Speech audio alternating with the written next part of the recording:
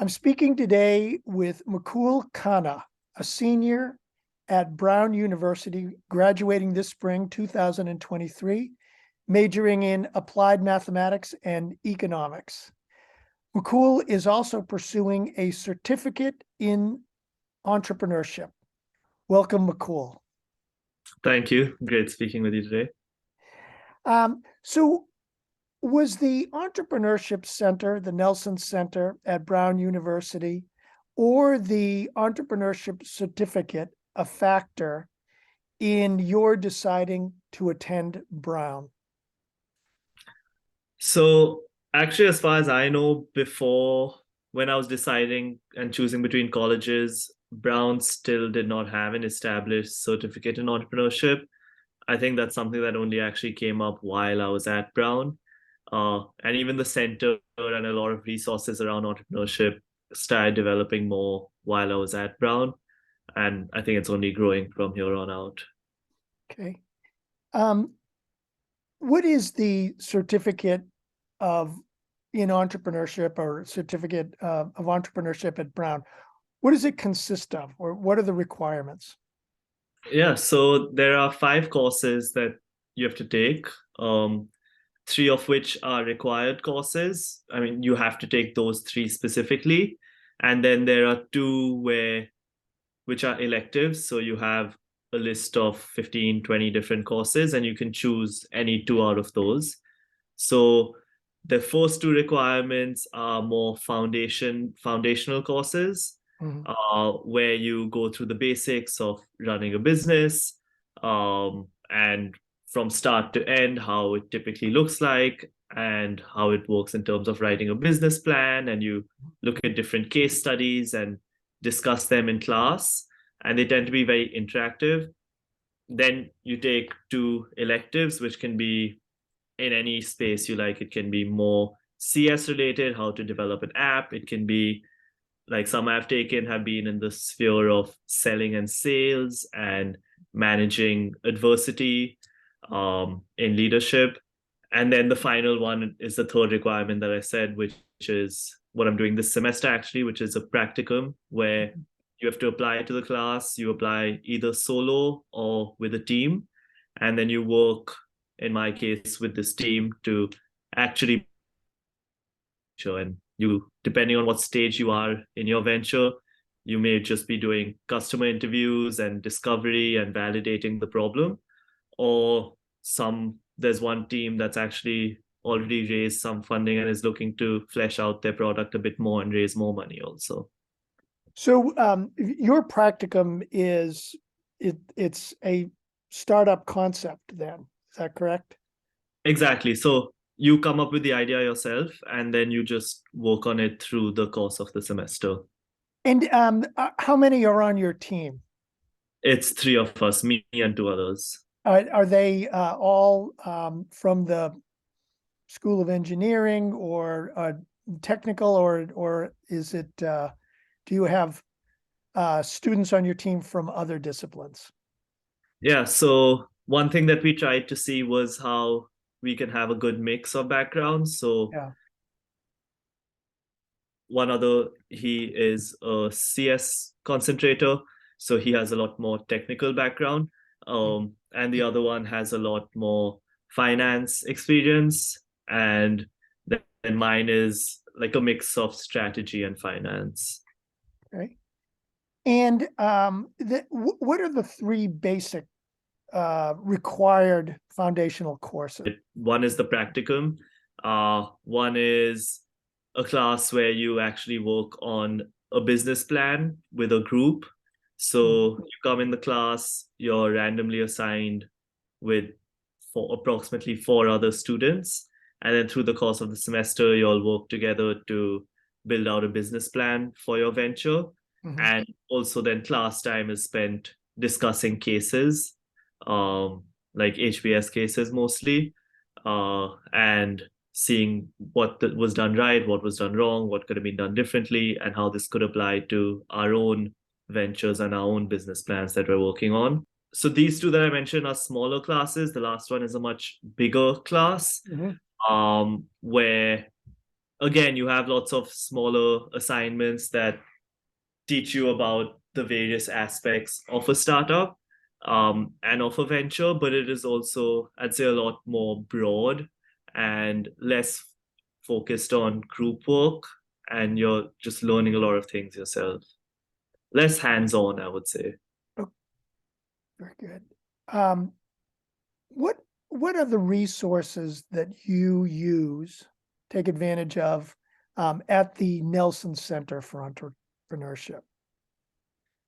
Uh, I'd say most importantly is just the network that's been built up. Everyone there is very, very friendly and always looking to support any venture that Brown students are working on.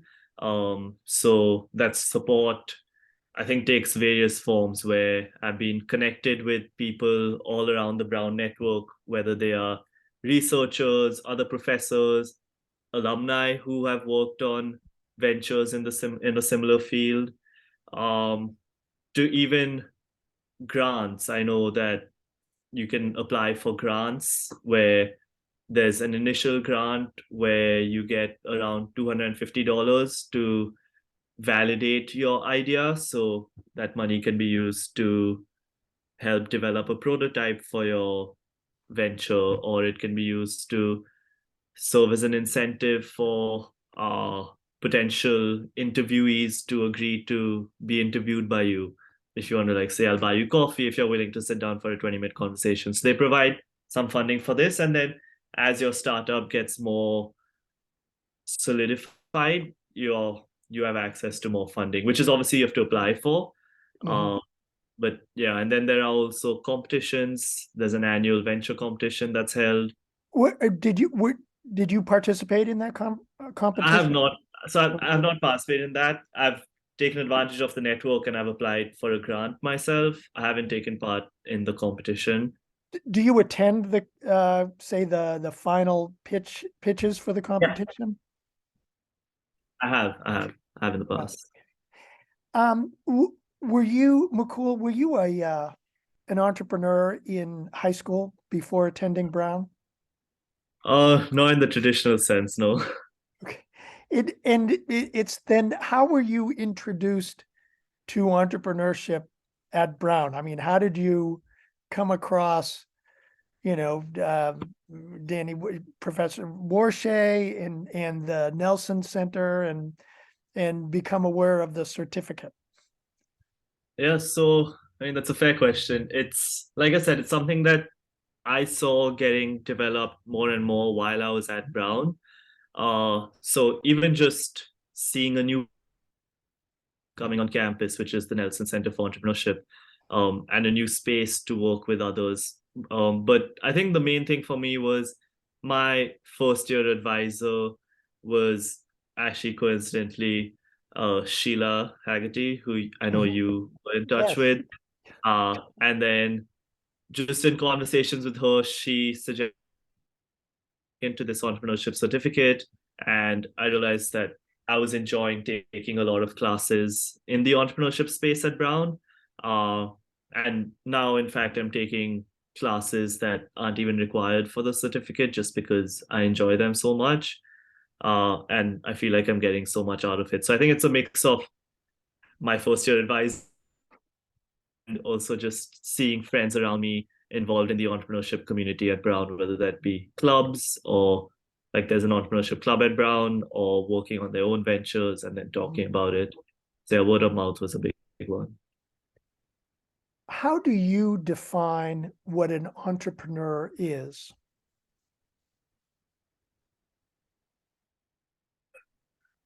That's a very tough question, very open-ended question, but I think, I mean, I just see it as someone who really wants to work on something they care about and they're passionate about and lead the building of something new.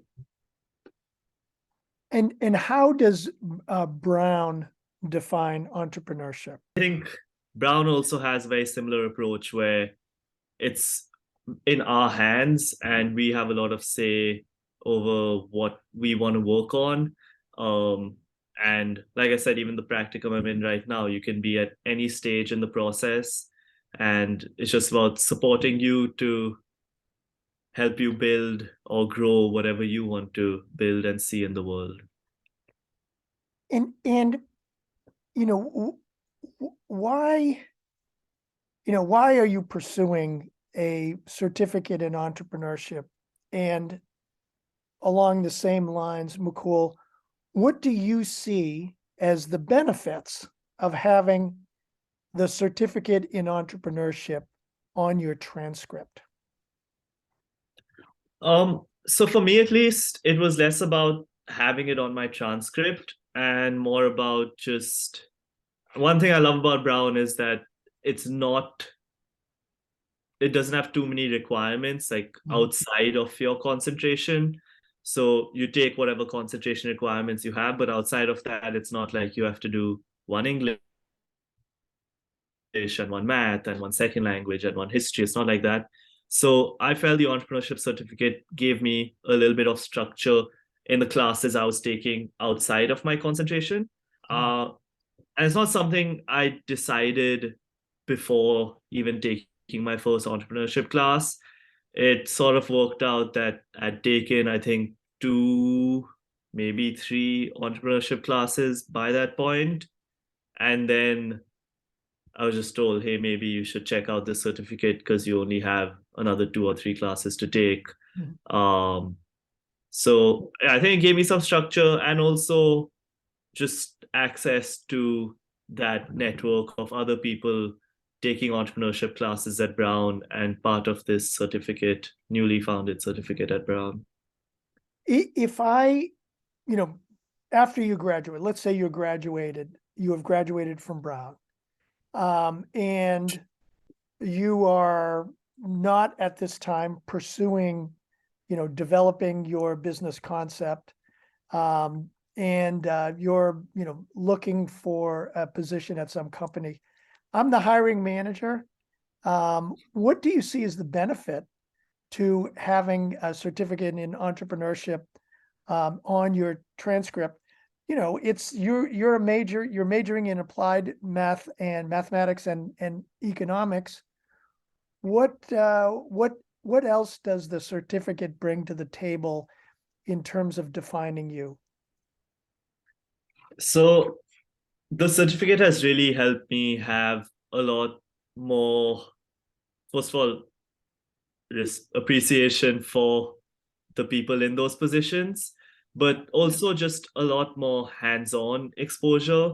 Because whether it's been in my applied math courses or in my economics courses, it is at the end of the day a lot of exams and problem sets that you're working on, and sometimes it tends to get a little theoretical. Uh, Whereas with the certificate, it gave me the opportunity to actually work on something that in a real life setting, where I have the flexibility and the freedom to make mistakes and learn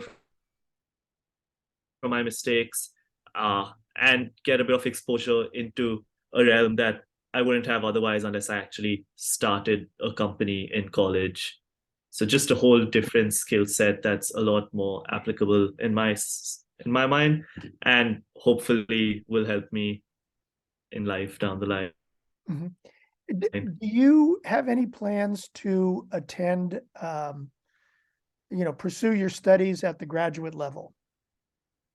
Uh, that's not something I've decided on yet, but it is a possibility down the road. So I've got a list of 8 entrepreneurship terms, tools, methodologies. And I'm just going to go down the list. Tell me if you're familiar with them and what they mean to you or how you define them. Okay. So the first one, lean startup. I mean, my first introduction to that was the book. Uh-huh. So before any class I'd taken at Brown, I think that was one of my first few introductions to entrepreneurship in the sense of learning it, not just seeing it on like Shark Tank or something like that, but Mhm. actually studying entrepreneurship. I think that was my first exposure to it, and really seeing the importance of customer interviews and things like that. So you read Steve Blank's book? Is that what I'm hearing? Exactly, yeah. Yeah. Okay. Design thinking. Uh Not much on that front. Okay. Um, jobs to be done. Probably more of like a to-do list or yeah. It, as a term, it's not something that you have been exposed to then at Brown. Jobs to be done? Yes. No. Okay. Systems thinking. Yep, that's something we've worked on in fact one of the required classes that I had at Brown. And what does it, how do you define systems thinking? I mean, at least when I did it, it was very in the uh academic sense, I think. And just looking at how to break down a complex problem. That's how we approached it. Excellent. Customer discovery. That's something I'm working a lot on right now. And like I said, we came up with what we thought is a problem and trying to understand, first of all, is this actually a problem that others face? And if yes, who are our customers for this? And what would our target market be? Um, there are usually for any product or service, uh, multiple stakeholders as well. Do you think we should change the term customer discovery to stakeholder discovery? Um, I think they're two different points altogether, and I wouldn't. Customers are probably a subset of the stakeholders, but I'd say stakeholders is very broad, and it would be very easy to just get lost if you keep it as open as stakeholder discovery. Uh, yeah, I think it's always important to figure out who your actual customer is, who you're selling to, um, and focus on them. Like if you're selling a toy, I mean, yes, your target is for it to appeal to the child, but it's the parent who's going to be buying it That's right. for the child at the end of the day. So yeah. So understood. Business model canvas. We had a full class that was actually building out a business plan. So Mhm. one part of that was working on a canvas for our business model and thinking of different ways that our idea could have a business model that's applicable to it, Mhm. uh, and which type of business actually fitted best, and looking at different competitors and what kind of business models they may have adopted. Fail fast. um not being exposed to that in any class at Brown. Okay. Um, uh, Mukul, what do you see as the difference between a commercial startup and a social impact endeavor?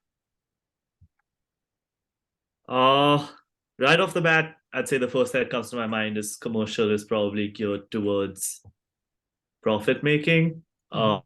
whereas the other one was social impact. Social impact, yes. Yeah, social impact, I guess, as the word suggests, is more focused on having a positive impact on a certain community, and not necessarily too focused on the profits, and relies a lot on fundraising rather than just reinvesting revenues. And did either of your parents start or run a business? Uh, no. Okay. Um, are you connected on an ongoing basis with a mentor or with an alumnus or alumna of Brown? Yes. Is that something that you are pursuing, or is that something that's part of the certificate program? Something that I've pursued myself. Okay. Is it with one individual, or is it, multiple um, advisors or mentors that you have pursued yourself? Yeah, more of the latter, where Yeah. people I've come across over the years at Brown, who I've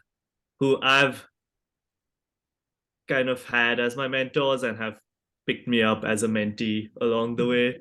But also at the same time, I would say Brown's Entrepreneurship Center, uh, there are some people there who I would consider my mentors, and especially as I working more on my venture this semester, I'm seeing myself getting connected to more and more people, and some of these are people I could see myself being in touch with even 5, 10 years down the line and having as mentors when I'm deciding to have a change in what I'm doing. After you graduate, will you stay connected to the university as a mentor for future entrepreneurship certificate participants? Yeah, I would love to, definitely. And if I am a sophomore at Brown thinking about the certificate in entrepreneurship, um, uh, how would I benefit from having you as a mentor or an advisor, given that you have gone through the program?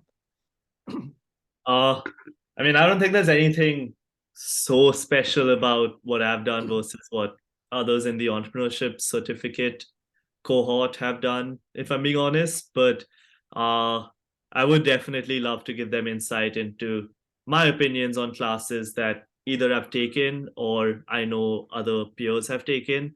And if I've not taken a certain class, then just connecting them with someone else so they can learn about it. And also, I've explored some of the resources that Brown has to offer to support ventures. So, uh, yeah, I feel like Brown really does offer a lot, but sometimes not everyone knows what's even out there. So, just having someone to tell you that these are the different resources that Brown provides, or these are the different opportunities you have, and you should take advantage of them while you're at Brown. I think having being told that when you're still in your first or second year at Brown is a lot more helpful than learning that just when you're in your last year, for example.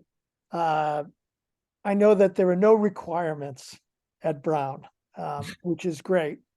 Um, but do you think that anybody from any discipline across the campus, whether it is, you know, arts and humanities, whether they're English majors, psychology majors, you know, theater and dance majors, do you think everybody could benefit from um, having, or at least pursuing, learning about entrepreneurship, not necessarily through the entire certificate program, but certainly learning about and understanding the language of entrepreneurship? Yeah, 100%. I think it could benefit everyone. And you never know when you may want to build or start something of your own.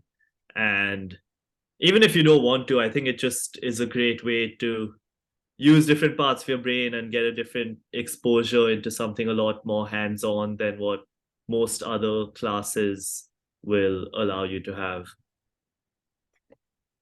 Mukul, is there is there a question I perhaps have not asked that you would like to talk about or share?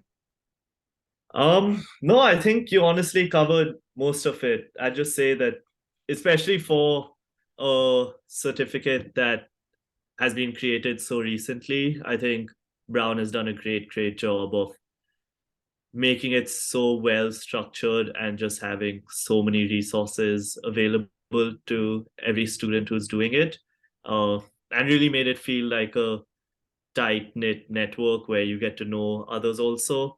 So I've really enjoyed it, not just in the classroom learnings, but also in the relationships and mentorships that I've gained along the road. Last question. Is it it looks like a lot of work. Is it too much work for, you know, what you get out of it? I mean, you also have your major, Mhm. plus, you know, all of the other activities as an undergraduate at university. What is the sort of the degree of difficulty level? Yeah, that's a fair question. I'd say two main things to that. One is that Brown actually does try and be a little conscious about who can and cannot take the certificate. Mhm. So I know one of the requirements is that you can't be doing a double major. So if you have two majors, they don't want you to do this certificate also because they're cognizant that that will add a lot of work to your plate. And then the main thing is you won't get to explore many other classes outside of your major and the certificate. And the second thing is my experience with the classes I've taken in the entrepreneurship department at Brown have, whenever someone's asked me how's the workload or how much did you actually get learn from this, my main thing has always been that you get what you put into it.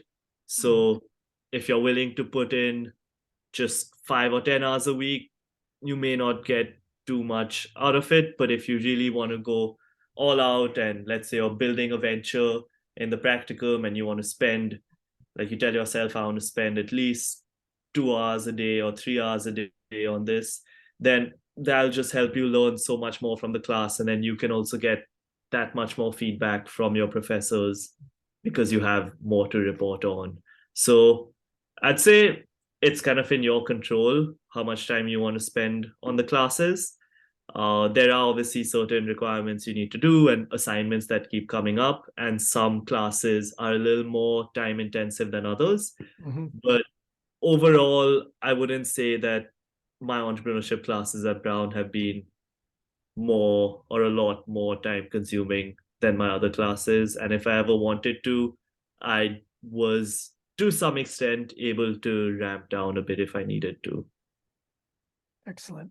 Mukul, thank you so very much for your time and for the responses. Your insights are wonderful and greatly appreciated.